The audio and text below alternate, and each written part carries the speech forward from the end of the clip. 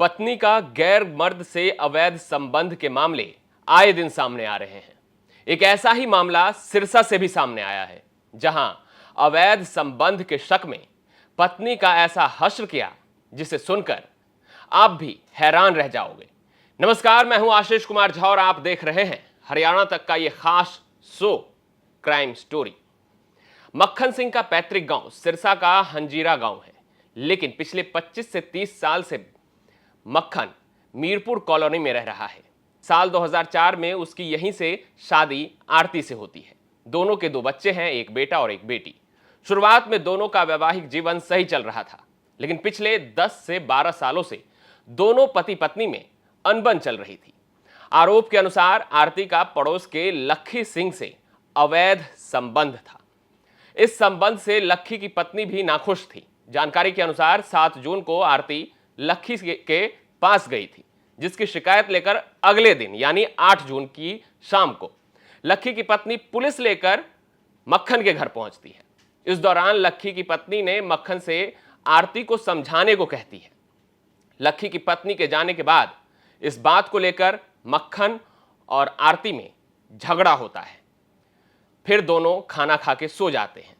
अब बात 9 जून की सुबह 5 बजे की, जब मक्खन चाय पी रहा होता है। इस दौरान उसने आरती से कहा कि शादी के इतने साल बाद हो गए हैं, बीत गए हैं, घर क्यों बर्बाद कर रही हो, जिस पर फिर दोनों का झगड़ा होता है। इस दौरान मक्खन ने हथौड़ा उठाकर आरती के सिर पर हमला कर दिया, जिससे आरती की मौत हो जाती है।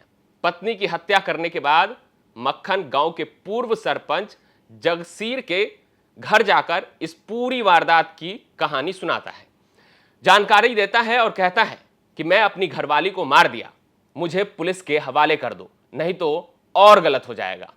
खबरों की माने तो पत्नी की हत्या करने के बाद मक्खन लखी सिंह की भी हत्या कर देता, लेकिन पत्नी की हत्या करने के बाद वो ये भी नहीं चाहता था कि लखी उसके सामने आए, इसलिए उसने पूर्व सरपंच से खुद को पुलिस के सामने पेश करने को कहा।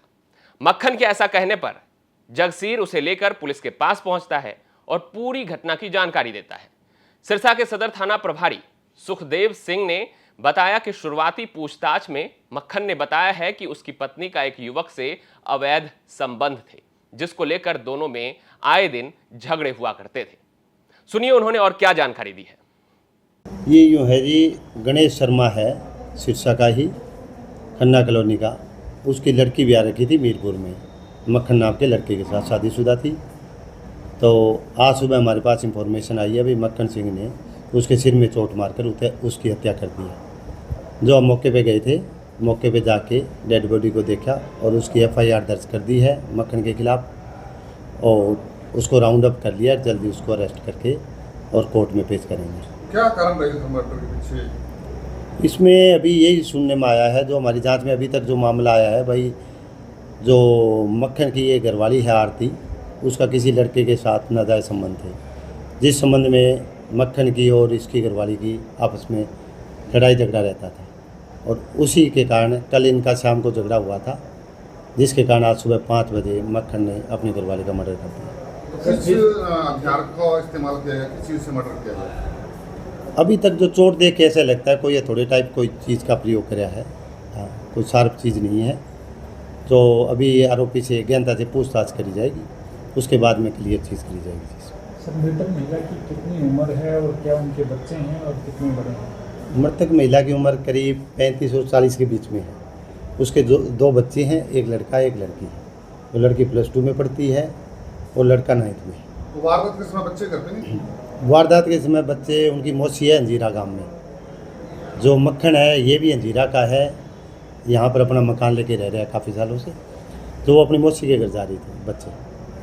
तो क्या काम करता है ये आरोपी? ये अपनी मेहनत मजदूरी करता है। अब देखना होगा कि पुलिस पूछताछ में मक्खन और क्या नए खुलासे करता है। आप देख रहे थे क्राइम स्टोरी। क्राइम स्टोरी के अगले भाग में हम फिर किसी खौफनाक कहानी के साथ हाजिर होंगे।